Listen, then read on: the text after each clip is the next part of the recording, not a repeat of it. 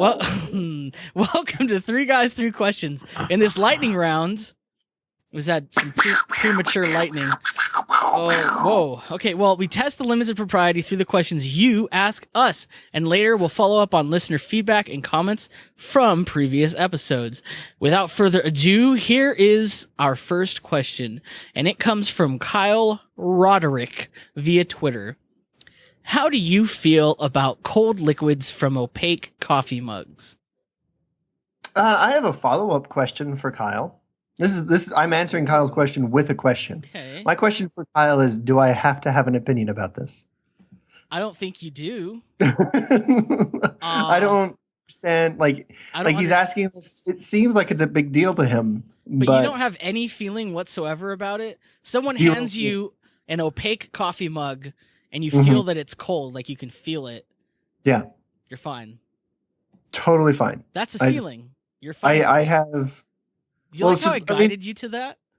Well, it's... Yeah.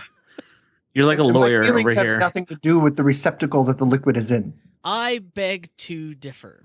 I'm like, they give me a coffee cup, and I'm like, this is a device to hold my liquids.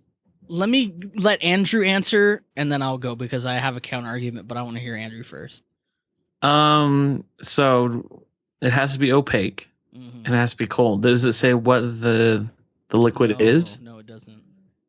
Like, because there's a big difference between like a cold glass of milk and a cold glass of urine. Well, yeah. And I'd have different emotions. Let's say I don't think that's what the question was focused on. For the sake of argument, it's a normal kind of thing you would drink. It's not. Okay. So, well, here's the thing. Like, if I reach for a mug or someone hands me a mug and I'm expecting something hot and it's cold, I'd be quite upset. But if they hand me a mug and it's like, obviously I'm a college student and I don't have clean glasses and I obviously realize that this is probably just water, then I'm okay with it. See, for me, the signal to my brain of holding a mug that's opaque is this is a hot drink. I guess that makes sense. No matter how much I know that it's not, like even if I took the mug, went and filled it up with cold water, something in my brain, in my subconscious, something hardwired in there tells me something's wrong here. This is wrong. And it tastes funny because I think my taste buds are prepping themselves for like tea or hot chocolate or something, and they don't get it. So it's upsetting to me. So this sounds like your mouth is broken. My mouth is definitely not broken. My jaw is actually really messed up because some guy put me in a headlock. And now my jaw can't open all the way and it snaps when I try to open it. So it has to like unhinge to open all the way. It's fun. But did Did the guy that put you in a headlock, was he opaque? Yeah, he was very opaque. You couldn't see through him. He was emotionally opaque. Or he was like the reverse, like everybody was opaque to him. Hey, next question comes from Gen 10 via SMS text message. If you could be Channing Tatum's friend, would you be? Andrew. Would I be? Yeah. I've never thought of the possibility of that ever happening. Why not? well, I mean, never dreamed about it. You just never sat in your bed. I'm trying to your trundle bed thinking about it. Why do you think I have a trundle bed? Am I right? No, I don't have a trundle bed. Would I be if I could? Yeah, sure. Why not? I mean, I could always use more friends, especially friends with influence in Hollywood. And especially, I need more friends with the name Channing. Because I feel like that's a hole that's missing in my life. What do you think Channing Tatum's friends call him? Do they call him Channing? I would call him Chan. They're like, "Hey, Chan." I'd hey, Tate. I'd call him Tate. That's what I'd call him. Tate or Taint, but that would be not as appropriate. Well, Tate's good because it reminds me of potatoes. What? Tater. You know. You understand how far of a reach that is, right? I like potatoes. Tate and tater are not that far apart. I guess I just don't ever use the term tater because I was born in the 80s and not in the 1880s. All right, well, I'm going to try to get us back on track here. I would, I would probably not, only because he seems like kind of a meathead. I'm sure he's a nice guy. I'm sure he's like a perfectly fine person, but I just have no idea where our Venn diagram of interests would be, and I imagine any shared interest wouldn't be something that neither of us care too much about. So, and I don't know. I'd always be the ugly friend for sure, so I don't like that. Yeah, I don't think I would be his friend either, just because pretty much exactly the same thing. He reminds me too much of all the bad people that I knew in high school who were good looking and popular. And like he may not be a bad person at all. Like he may not be at all like those people, but he reminds me of them. Right. And to add to the fact that I've seen pictures of him in very little clothing because the internet. And sure. And you make that sound like the internet just Google image searches I have conducted with Safe Search turned off. No, I have not. But yeah, and it would be awkward to like hang out with someone that you've like seen their six pack that much on billboards and what have you. You know, it'd be weird. I feel like it'd be a weird person to have that much information about your physical body out in the public. Yeah. I never thought about that. That would be all right. Last question comes from Ultra Nerd via the Stuffy Slack. Which Pokemon are you? I'm gonna answer first. I'm Jigglypuff. You're Jigglypuff? You're not gonna go with Snorlax? No, I wish I could be Snorlax. I wish I could sleep that much, but I can't. Do you sing people to sleep? I do, and when other people are asleep, I'm awake because I have insomnia, and then I go and I marker all over their face. Oh, okay. Well, that's a good answer. I don't know if I can beat that. I'm definitely a Magikarp because I'm useless. and you smell fishy. Yeah, no, totally. We're in the same room right now, and you can smell my odor. Because we always record this in the same room. Every time. Every time. Andrew, what about you? It's not a competition. You don't have to beat us. But you do have to be funny, or we'll kick you off the show. I feel kind of sad about Adam and his Magikarp. I think this is a sign of depression. We should really talk about this. No, lightning rounds. Oh, not for lightning rounds? Okay. Then screw you, Adam, and your feelings. There's no therapy in the lightning round. So I think the Pokemon I would be is Squirtle. Just because turtles are awesome, and I like saying Squirtle squirt. Because I think that's the best of both worlds of real life. It's a pretty good. It's not a bad catchphrase. I mean, there's definitely worse. Cool.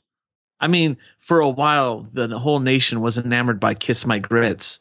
I think we can accept Squirrel Squirt. I can get behind that. All right, let's do some follow-up and feedback.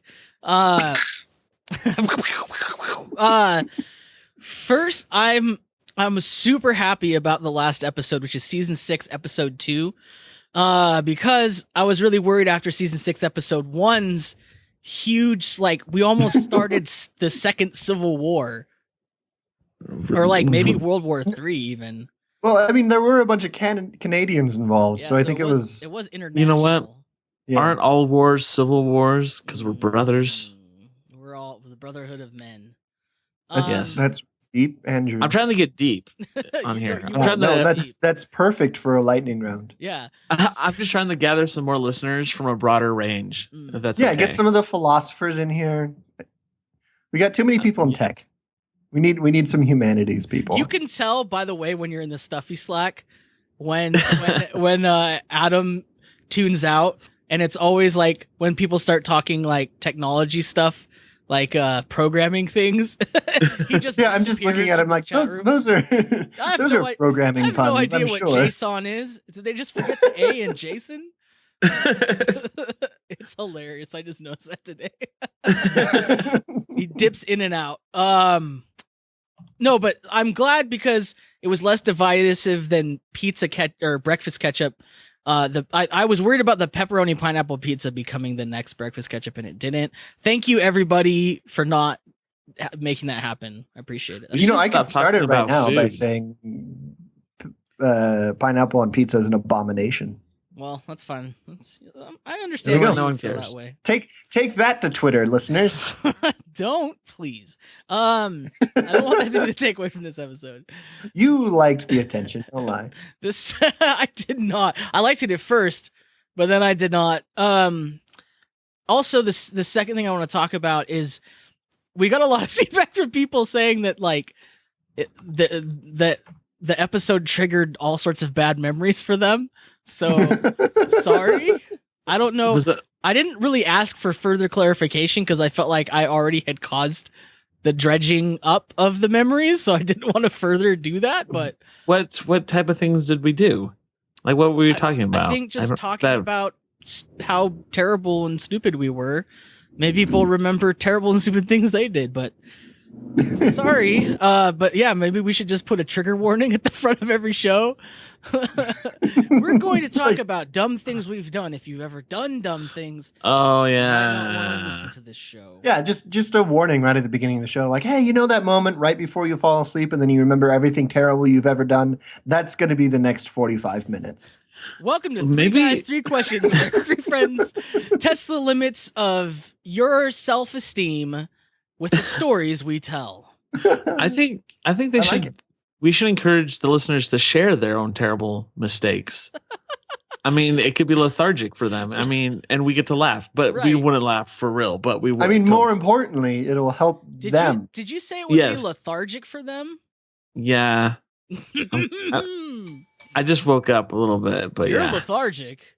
Hey-oh. Yeah. Cathartic is the word you're That's the word I'm looking for. I was so cathartic the other day, I fell right asleep. Never mind. I just thought of like 10 terrible jokes that I'm not going to make because we're going to talk about how I appeared on This Will Never Air number 29. So if you haven't heard about it, This Will Never Air is a podcast that constantly lies because it's always airing. Because it airs. But it's made up of other podcast hosts, other listeners and jackals and people like that. And we did an episode on The Force Awakens. I don't know if you guys have had a chance to listen. It came out this morning. Yeah, it's kind of an indie movie. I know a lot of people have seen it. Right. But yeah, I think it was fun. And you should have a listen because I think there's some stuff that we talk about in there that no other Force Awakens podcast out of the many that have been made have talked about. I don't think there's enough yet. There should be more. If you don't listen to any of them, you should listen to ours, to be honest. We should have one. Oh, just kidding. We already did one. And it was great. It wasn't The Force Awakens, though. It was before that came out. Oh, yeah. It was just Star Wars generally, huh? Yeah. We're just hipsters, and we do stuff before it happens.